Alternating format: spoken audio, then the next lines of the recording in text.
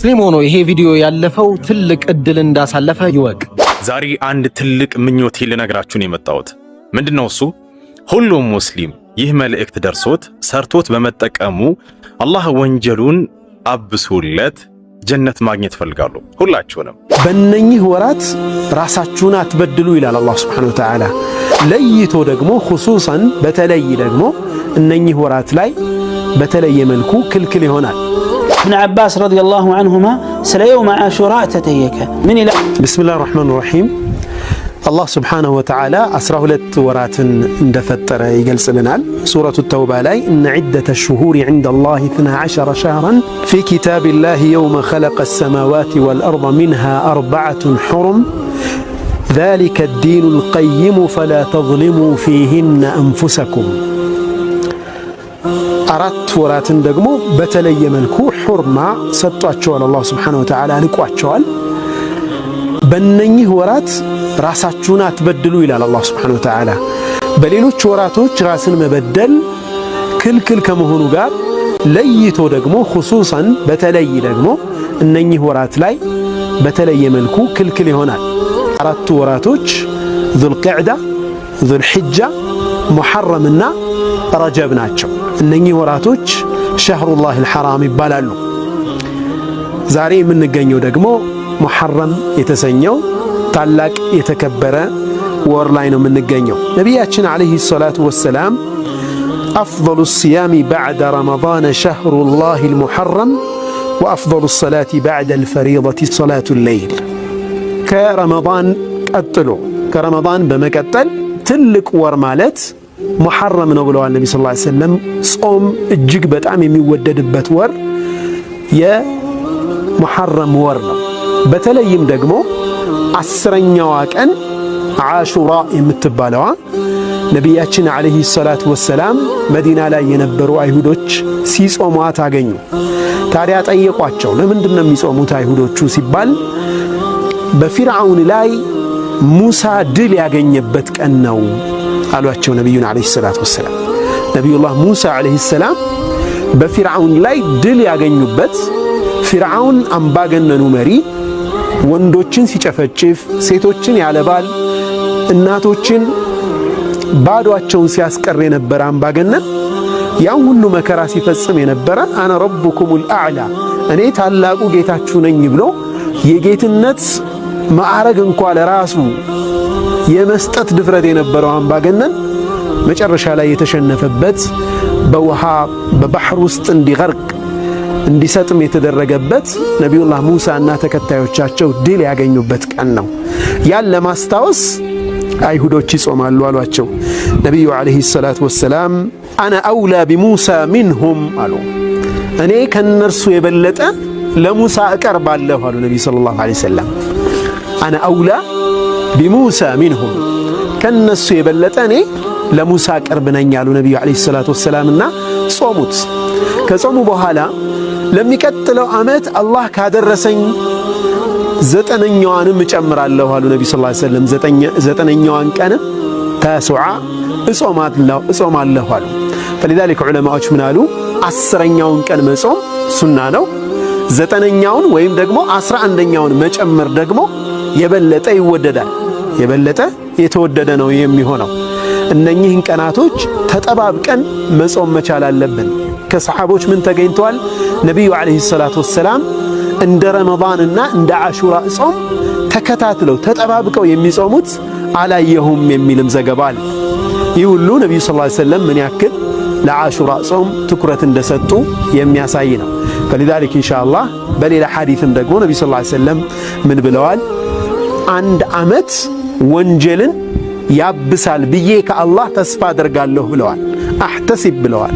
አላህ ዘንድ ይህንን አጅር ይገኝበታል ብዬ ኢህቲሳብ አደርጋለሁ ብለዋል። ሁላችንም ኢንሻአላህ እነኚህን ቀናቶች ተጠባብቀን እንድንጾማቸው አደራላለሁ። አላህ Subhanahu Wa Ta'ala የተባረከ ጊዜ የተባረከ እድሜያችንንም የተባረከ አላህ ያድርግልን። ابن عباس رضي الله عنهما سلا يوم عاشوراء تتيك من إلى عبد الله بن عباس رضي الله عنه نبياتنا صلى الله عليه وسلم كقناتوች መሃል እጅግ ተጠንቅቀው ስራዬ ብለው ተከታትለው ይሄን ቀን እንደሚጾሙት ሌላ ቀን አይቻላልም ይላል። በጣም ይከታተላሉ። ቀኑን በትክክል ቆጥረው ከወር እስከ ወር ያለውን ሽግግር አይተው የወሩን መግቢያ አረጋግጠው 10ኛውን ቀን ስራዬ ብለው ጠብቀው ሲጾሙ አላየኋቸውም ይሄን ቀን ቢሆን እንጂ ይላል። ወከዛሊክ በወር ደረጃ እንደ ረመዳን በጥንቃቄ ከፍተኛ ትኩረት አድርገው የሚጾሙበት አላየሁም ይላል። በቀን ደረጃ አሹራ፣ በወር ደረጃ ደግሞ እንደ ረመዳን ማለት ነው። እንዳሳለፍነው አሹራ ትልቅ የሆነ ፈድልና ደረጃ ያለው ነው ማለት ነው። كان صلى الله عليه وسلم يصوم يوم عاشوراء بمكة ولا يأمر الناس بالصوم. عاشوراء مكة يالو يصوموا نبر نقر قن سوتشنا عزم نبر. فلما قدم المدينة ورأى صيام أهل الكتاب له وتعظيمه له مدينة سمتو أهل الكتاب سيصوموا أيهم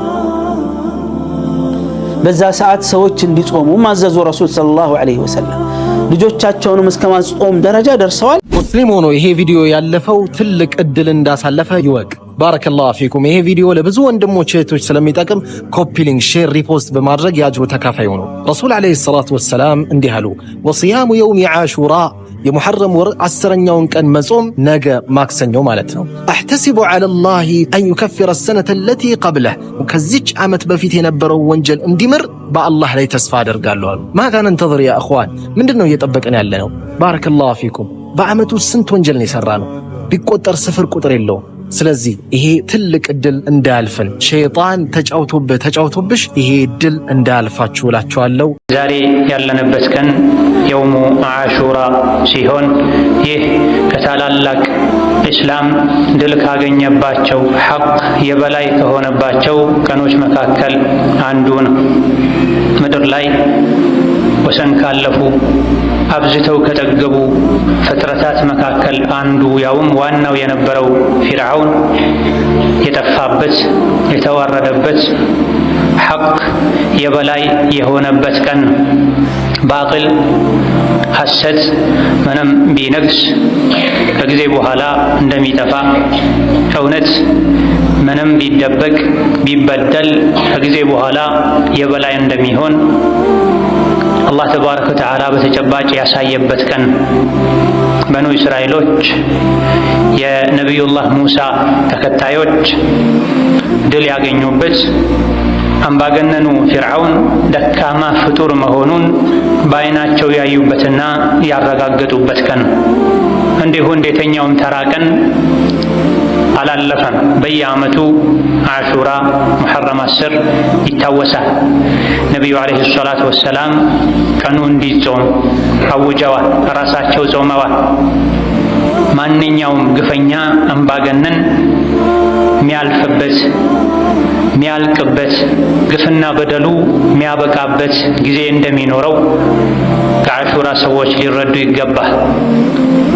ከአላህ ውጭ ያለ ኃይል አለኝ አቅም አለኝ የሚል በሙሉ አቅሙን እንደሚያጣ፣ በአላህ ተባረከ ወተዓላ የተመካ ከአላህ ተባረከ ወተዓላ ነስርን ድልን የጠበቀ መጨረሻው እንደሚያምር ከአሹራ ልንረዳ ይገባን። በኒ እስራኤሎች የሙሳ ተከታዮች የፊርዓውንን አምባገነንነት ጭካኔ ከማየታቸው የመጣ መቼም ከሱ የሚገላገሉ አይመስላቸውም ነበር። ፊርዓውንና በሱ የተታለሉ እሱ ተከታዮችም ፊርዓውን መቼም አቅም ያጣል፣ ውሃ ላይ ሰምጦ ይሞታል ብለው አይገምቱም ነበር።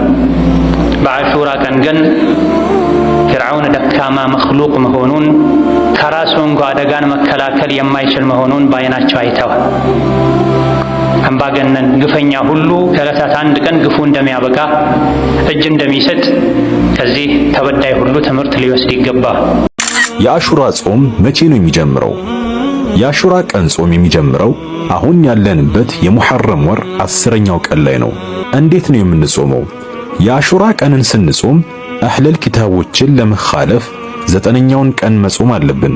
በላጩም እሱ ነውና 9ኛውን ቀን መጨመር ያልተመቸው ደግሞ 10ኛውንና 11ኛውን ቀን 10ኛው የአሹራ ቀን ብቻ እንጂ ከፊትም ሆነ ከኋላ ማስከተል ያልቻለ የሙኻለፋውን ሱና አያገኝም እንጂ ችግር የለውም። የ10ኛውን ቀን ብቻ መጾም ይችላል። አቅም አግኝቶ የመጾም ፍላጎት ካለው ግን 3ቱንም ቀናቶች 9ኛውን 10ኛውንና 11ኛውን መጾም እንደሚችል ዑለማዎች ገልጸዋል። አላህ በሰላም አድርሶን ጾመው ከሚቀበላቸው ባሮቹ አድርገን። አላሁመ አሚን። ዛሬ አንድ ትልቅ ምኞቴ ልነግራችሁን የመጣሁት ምንድነው እሱ? ሁሉም ሙስሊም ይህ መልእክት ደርሶት ሰርቶት በመጠቀሙ አላህ ወንጀሉን አብሶለት ጀነት ማግኘት ፈልጋለሁ። ሁላችሁንም እናንተም ጀነት ማግኘት ለምትፈልጉት አካል ይህንን መልእክት ሼር አድርጉላቸው። ምንድነው እሱ? የኛ ውድ ነብይ ሙሐመድ ሰለላሁ ዐለይሂ ወሰለም ስለ አሹራ ቀን ሲናገሩ ምን አሉ? የአሹራ ቀንን የጾመ ያለፈውን ዓመት ወንጀል አላህ ያብስለታል ብዬ አምናለሁ ብለውናልና ይህንን ቀን ጾሙ ለማለት ያክል ነው። መቼ ነው? የሚመጣው ቅዳሜ ዋነኛው ቀን ነው። ሰፋ ያለ ማብራሪያውን ዲስክሪፕሽን ላይ አስቀምጥላችኋለሁ። ሰለዋት ማውረዳችሁን አትርሱ። አላህ ሱብሓነሁ ወተዓላ በሰማነው የምንጠቀም ሰዎች ያድርገን።